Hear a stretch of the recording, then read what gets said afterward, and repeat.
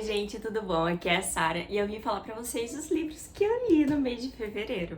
Então, fevereiro começou muito bem pra mim. Eu acabei lendo, assim, 3 livros na primeira semana, assim, tipo, nos primeiros 6 dias. E eu tava super empolgada. Daí eu caí numa ressaquinha literária, né? Claro. Mas vamos lá. Não foi, assim, um mês ruim. Consegui ler bastante livros. E eu acho que, assim, foram leituras boas, no panorama geral. Mas vamos começar falando da pior leitura do mês. A leitura de 1 estrela, que foi Confissões. Eu ouvi esse livro, né, pelo audiobook do Storytel. Eu fiquei muito curiosa depois de ouvir algumas pessoas falando sobre ele. Algumas pessoas falando bem mal sobre ele. E daí quando pessoas começam a falar mal de um livro, eu fico super intrigada, porque quando gera tanta comoção, eu fico pensando, nossa, deve ser um livro muito ruim. E, gente, era um livro muito ruim mesmo. E não só por conta da narrativa, que eu também achei uma narrativa rasa, mas por conta de uma problemática muito grande que ele traz. Confissões vai falar a história de uma professora, assim, acho que seria de 5ª série, mais ou menos, que... não, 5ª série não, perdão, acho que 7ª, assim, são umas crianças ainda, assim, não são adolescentes. E ela tá lá falando com os alunos, assim, um dia de sala de aula, e ela fala sobre a filha dela que faleceu, uma menininha, assim, de 2, 3 anos, e que tinha sido encontrada morta na piscina do colégio, e todo mundo achou que ela tinha sido afogada. Mas a professora, no discurso que ela faz, assim, que ela tá se despedindo dos alunos, né, que ela tá parando de lecionar, ela fala que, na verdade, ela descobriu que a filha dela foi assassinada e que os assassinos estão ali na sala dela. Então, tipo assim, são os alunos dela. Poderia ser um livro muito interessante, seguindo a partir daí. Mas ela faz uma coisa muito ruim, uma forma muito problemática. Desde o começo da narrativa do livro, o debate sobre HIV e AIDS é algo muito falho. Acredito que não seja só por conta do tabu que existe na cultura japonesa, mas também pelas próprias crenças, assim, da autora. Porque ficou muito evidente durante o livro. Foi um debate, assim, muito preconceituoso. Foi a forma como foi apresentada ali. Sendo até que eu acredito que não seja um spoiler isso, na verdade seja assim uma forma de vocês entenderem por que tantas pessoas estão odiando esse livro. Porque o marido da professora, ele contraiu o vírus do HIV, e porque esse é um tabu muito grande na cultura japonesa, e como também, na verdade, é em toda a cultura, né? A gente não pode se enganar, que aqui no Brasil a gente vê muito isso também. Ela acaba se distanciando dele quando ela engravida.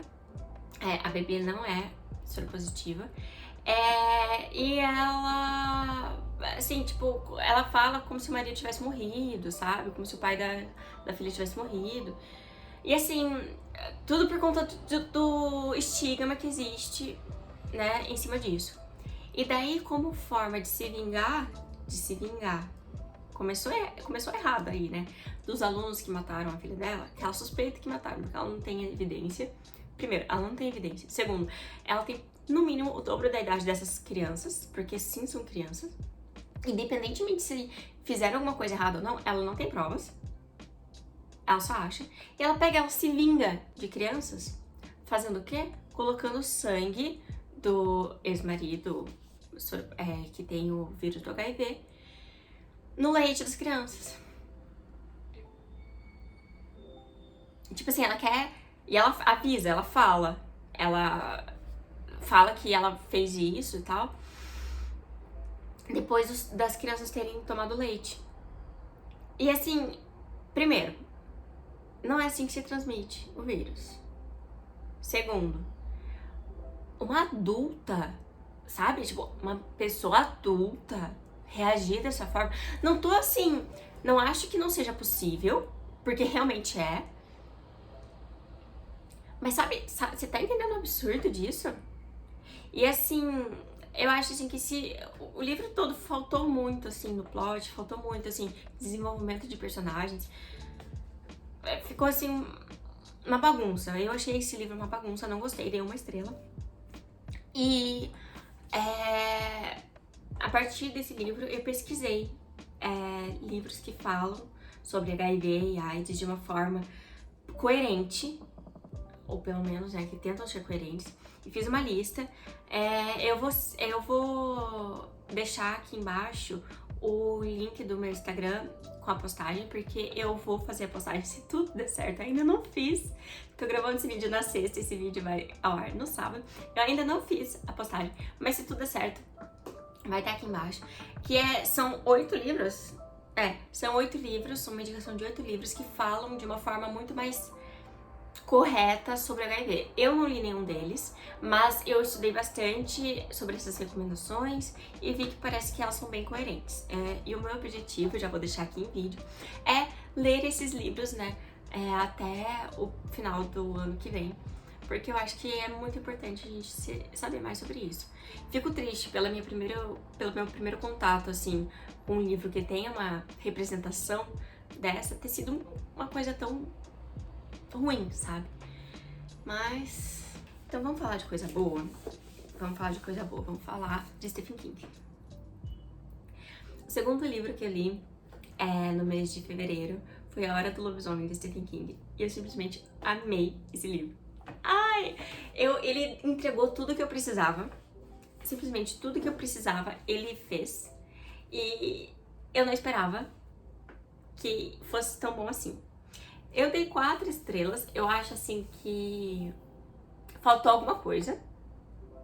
Não sei dizer muito bem o que, mas faltou alguma coisinha assim, tipo, acho que eu fiquei querendo saber um pouco mais, assim, como que se transforma em lobisomem, o que aconteceu. Porque normalmente os livros do Stephen King têm, né, não necessariamente explicações, mas pelo menos mais informações pra gente ir, assim, desvendando isso sozinhos, né. Mas, enfim, esse daqui é um livro que... essa edição da Suma, eu não sei se as outras edições são assim, mas ele é completamente ilustrado. Ele, assim, são capítulos curtíssimos. Esse livro ele é contado, assim, através dos meses. Então, sempre que um capítulo novo começa, é um mês. Aqui, ó. Então aqui é a ilustração do mês de abril, daí aqui vai começar maio, daí quando começa maio tem uma ilustração referente ao que vai acontecer em maio. Muito, muito legal. E por que ele é contado assim? Aqui, essa história acontece em torno de um ano, começa em janeiro, termina em dezembro, e a gente vai começar a ver relatos de uma cidade que está sendo atacada por um monstro, que logo depois eles descobrem que talvez seja um lobisomem. E todo mês existem esses ataques. Todos os meses ele volta. Porque ele é um cidadão dessa cidadezinha pequenininha. E é muito legal, porque daí a gente, no decorrer do livro, a gente vai vendo pontos de vista de diversas pessoas que moram nessa cidade.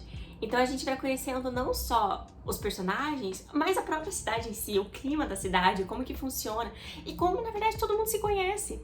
Então, sabe, alguém conhece ali. E descobrir, assim, quem que é o lobisomem e o que tá acontecendo é muito, muito legal. Eu gostei bastante desse livro.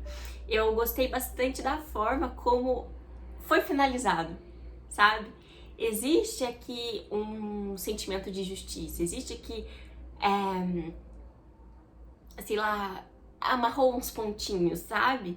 Muito bom, gostei bastante, recomendo bastante. E recomendo bastante essa edição, que tá linda, tá impecável, cheia de ilustração maravilhosa. Outro livro que eu li extremamente rápido, eu devorei esse livro, porque ele é maravilhoso, Os Sonhadores. Ai, gente, eu não encontrei a edição que foi feita depois. Eu só encontrei essa daqui da tag, porque normalmente o que acontece? Esse daqui é tag inéditos. Então ele vai ser publicado pela Alfaguara. Mas esse daqui é um livro da tag de 2021, se eu não me engano. E até agora não foi publicado pela Alfaguara. E eu queria muito que fosse, porque esse livro é maravilhoso. Tá. Esse daqui vai contar a história de uma cidade, que é uma cidade universitária, uma cidade pequena na Califórnia, que acabou aparecendo ali uma epidemia Do nada, alguns alunos universitários começaram a se sentir muito cansados, eles deitavam pra dormir e nunca mais acordavam. E algumas pessoas entravam em coma, algumas pessoas morriam. Então, assim, ninguém sabia o que tá acontecendo, mas assim, existe um lockdown aqui, a cidade toda fica fechada pra evitar que isso se espalhe, porque ninguém entende o que é, se é um vírus, o que tá acontecendo, por que acontece, e por que surgiu nessa cidade, que tipo assim, uma cidade pacata. É uma cidade universitária, mas ela é pequena, sabe? Tipo, não é uma metrópole. E é muito legal, porque aqui a gente também, como em A Hora do Lobisomem, a gente vai encontrar os pontos de vista de diversas pessoas dessa cidade. A gente não vai ver só os universitários, a gente vai ver professores, a gente vai ver crianças que moram nessa cidade. Então, assim, é muito interessante, é muito legal ver, de novo, como esse senso de comunidade é sentido pelos personagens. E o que tá acontecendo, porque a gente tá aqui descobrindo com eles o que pode estar acontecendo, o que é essa doença. Muito, muito, muito legal. Vale muito a pena. Esse daqui foi o primeiro livro 5 estrelas de fevereiro. Então, primeiro eu acho que único. Primeiro e acho que único. Eu acho, assim, que a coisa que mais me atraiu nesse livro foi o senso de sobrevivência, sabe? De necessidade de sobreviver e o que as pessoas estão fazendo, porque estão no lockdown, estão numa cidade infectada por um vírus que ninguém sabe como ele interage, como que é a taxa de contaminação, sabe? Ele não sabe como. Então, existe um desespero, existe aqui uma necessidade, uma urgência pela sobrevivência. E eu achei muito legal a forma como esse livro tratou isso. O final, eu não esperava, mas assim, muito, muito bom e recomendo demais. O próximo livro que eu finalizei no mês de fevereiro, na verdade eu coloquei ele no meu bullet journal de janeiro, porque eu tinha começado em janeiro. Ele foi um livro assim que eu demorei mais pra ler, apesar dele ser um livro curto, porque ele mexeu demais comigo, sabe? Que foi Maremoto, do Eduardo Leite. É um livro que vai falar a história do nosso personagem principal, lidando assim com a quarentena, com o início da pandemia em uma cidade nova. Ele tinha acabado de se mudar para um apartamento pequeno, tava conhecendo a cidade e daí veio, sabe?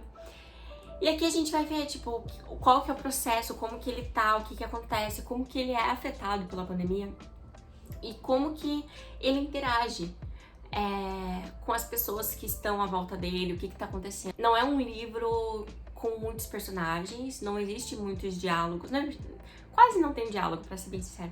Aqui é um livro bem de fluxo de pensamento e é um livro, assim, muito real. Fala muito sobre o que que a gente passou, né, no ano de 2020. Eu gostei muito, mas eu acho que talvez eu iria gostar de ler esse livro daqui a alguns anos, quando a gente não estivesse vivendo isso de novo. Porque bem quando eu peguei ele, no finalzinho de janeiro, começo de fevereiro, era uma época que tava aumentando muito os casos. Então, assim, tava voltando, assim, dar aquele pânico por conta da pandemia, sabe? Então, é um livro que mexeu demais comigo, mas eu indico bastante. A escrita do Eduardo Leite é muito fluida. Dá pra ver, assim, que ele se dedicou muito pra esse livro. E, sério, ele é impecável. Ele é um livro de publicação independente e a diagramação, aqui toda a edição do livro tá maravilhosa. Esses daqui são fotos que o Eduardo Leite tirou e editou e tal. Ó, pra vocês verem, a diagramação aqui é ótima.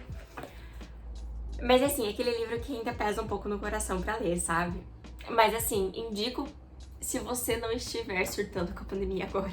E o próximo livro que eu terminei foi um livro que vocês me viram surtar bastante com ele naquele vlog que eu lancei agora no mês de fevereiro, que é Coroa da Meia-Noite, da série de MS. Eu gastei um monte de fitinhas com ele, tive que achar cores novas, porque era muita coisa que estava acontecendo, eu precisava de cores novas, porque precisava organizar os meus pensamentos. Esse livro aqui, apesar dele ter tido uma nota menor do que o primeiro, de Trono de Vidro, eu gostei demais. Eu acho assim que é um livro muito importante. Eu dei 3,5 estrelas, porque a primeira parte é muito arrastada. A primeira parte, assim, não tava gostando da Selena, não tava gostando, sabe, do que tava acontecendo, o que os personagens estavam vivendo. E assim, infelizmente, a primeira parte é tudo isso. Então, assim, é quase que 2/3 do livro é uma parte muito chata, sabe? Então, assim, diminuiu muito minha nota por conta disso. Mas, apesar de ser, assim, uma parte muito chata, porque eu não tava curtindo a Selena, porque eu tava achando ela muito chata. Porque, basicamente, o que aconteceu? A principal revelação desse livro, eu já sabia. E eu não sabia que seria revelado nesse livro, mas eu sabia que ia ser revelado em algum momento. E era um ponto muito importante da narrativa desse livro. Então, pra mim, tava muito enrolado. Tava muito enrolado. Ai, tipo, sabe? Eu já sei o que é, sabe? Então, mas eu acho realmente que foi um livro muito importante. Teve aqui, pra vocês terem uma noção, o verdinho, ele é só de coisas importantes pra narrativa da série, não é nem do livro, é da série. E os roxinhos, que são esses daqui, e os cor-de-rosas, são desenvolvimento da Selena e assim, história de mundo. Então, assim, teve muita construção de mundo, teve muito desenvolvimento de personagem. Personagens que eu não gostava no primeiro livro, comecei a gostar demais, porque tiveram uma mudança na narrativa que fizeram com que esses personagens, sabe, tipo, virassem pessoas, não só coadjuvantes. Então, tô começando a entender agora o que eles falam, que Trono de Vidro tem muitos personagens que são importantes. Talvez nesse primeiro livro ainda tenham se concentrado em 3, 4 personagens, mas eu acredito que existe um potencial muito grande para desenvolvimento de outros personagens e existe espaço para isso. Eu acho que a Sarah J. Maas criou espaço para isso.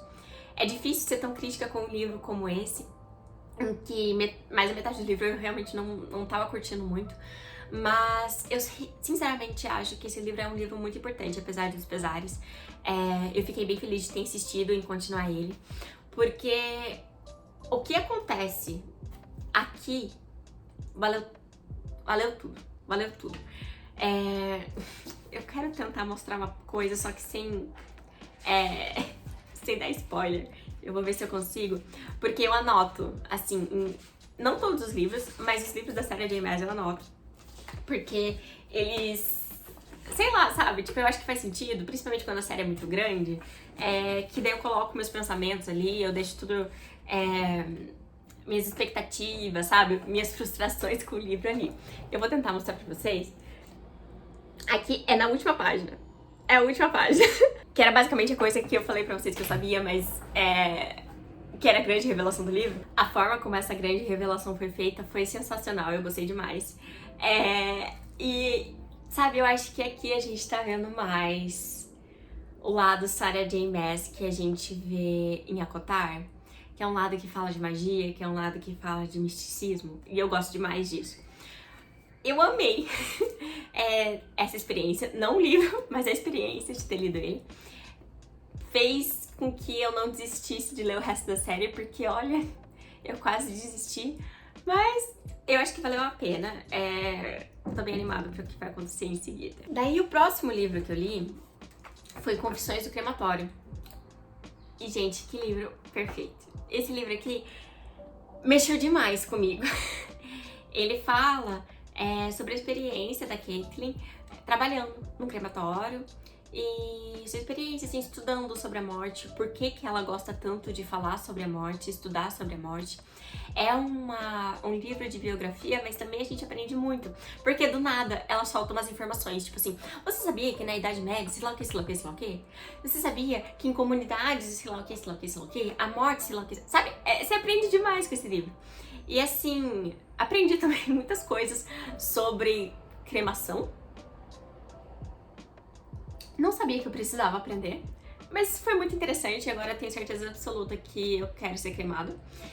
E... cara, que livro bom, que livro bom. Eu acho assim, o que eu mais gostei aqui foi o fato dela falar sobre a morte com tanta naturalidade, com tanto, assim, respeito, sabe? Porque eu penso assim, muito...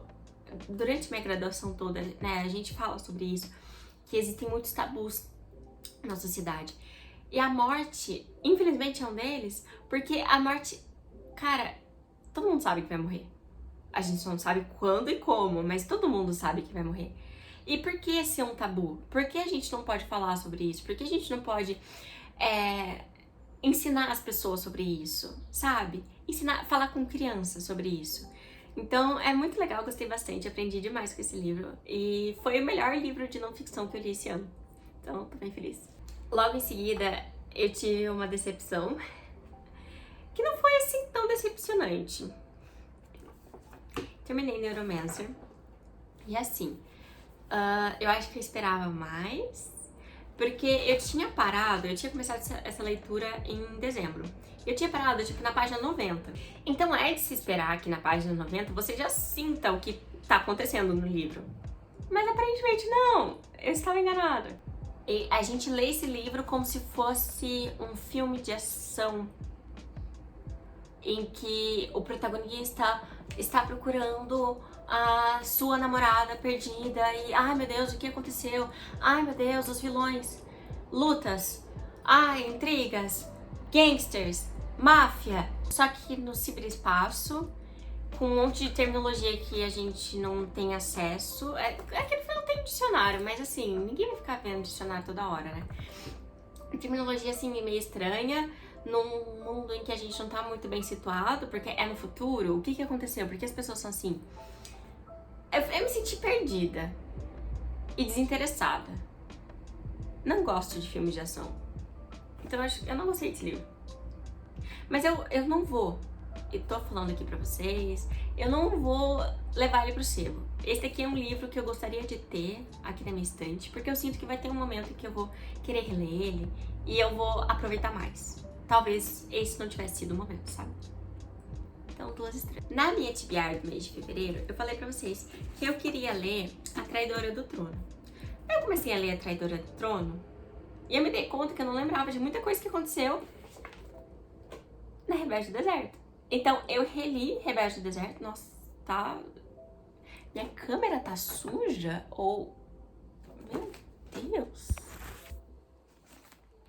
Ah, melhorou. Então, reli a Rebelde do Deserto. Na verdade, eu ouvi em audiobook pelo Storytel. Muito boa a narração. E depois eu li A Traidora do Trono. Pra você, bem sincera, terminei esse livro aqui no dia 1º de março. Mas tô contando ele pro mês de fevereiro, porque assim, eu terminei, mas tava faltando assim 30 páginas. Então, sabe, tem mais de... Cara, esse livro tem 434 páginas. Eu li 400 páginas em fevereiro. Eu contei pra fevereiro. Pronto, resolvido. Acabei dando 4 estrelas pros livros, ambos, né? Eu acho que na primeira vez que eu li Rebelde do Deserto eu dei 5 e eu não abaixei a nota porque aconteceu alguma coisa. Só que eu acho que naquele momento que eu li eu tava muito impressionada de forma positiva pelo livro. Então eu acabei dando uma nota um pouco mais alta do que talvez deveria, sabe? Mas dei 4 estrelas e dei também pra Traidora do Trono, que é um livro que é tipo assim, o dobro de Rebelde do Deserto. E entregou o dobro também. Eu acho que eu gosto muito mais do segundo do que o primeiro. Mas, né, aqui a gente vai ver, assim, nessa história, a história da Mani, que ela mora numa cidadezinha, assim, lá bem afastada, bem no interior. Ela mora com os tios que são super... maltratam ela. A mãe dela faleceu, o pai dela também. E ela quer fazer de tudo pra ir pra capital, pra morar com uma outra tia dela. E... nesse quero fazer de tudo pra sair daquela cidade, ela se envolve numa grande enrascada. Muitas peripécias e atrapalhadas fazem com que ela viaje com uma pessoa que ela não conhece. Daí existe romance, existe aventura. É um livro muito gostosinho de ler. Então, assim, basicamente a menina só tava querendo sair de casa e ela se envolveu numa revolução, sabe? Bem interessante, gosto demais.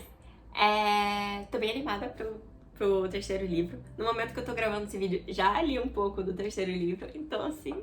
E daí, agora eu vou falar de 2 livros que eu comecei, não terminei, eu dei continuidade no mês de fevereiro.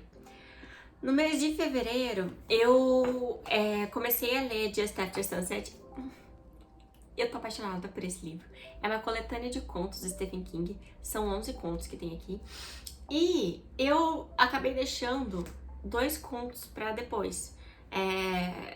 Não consegui terminar, são 2 contos maiores, assim, esse livro é em inglês, então deu uma preguiça.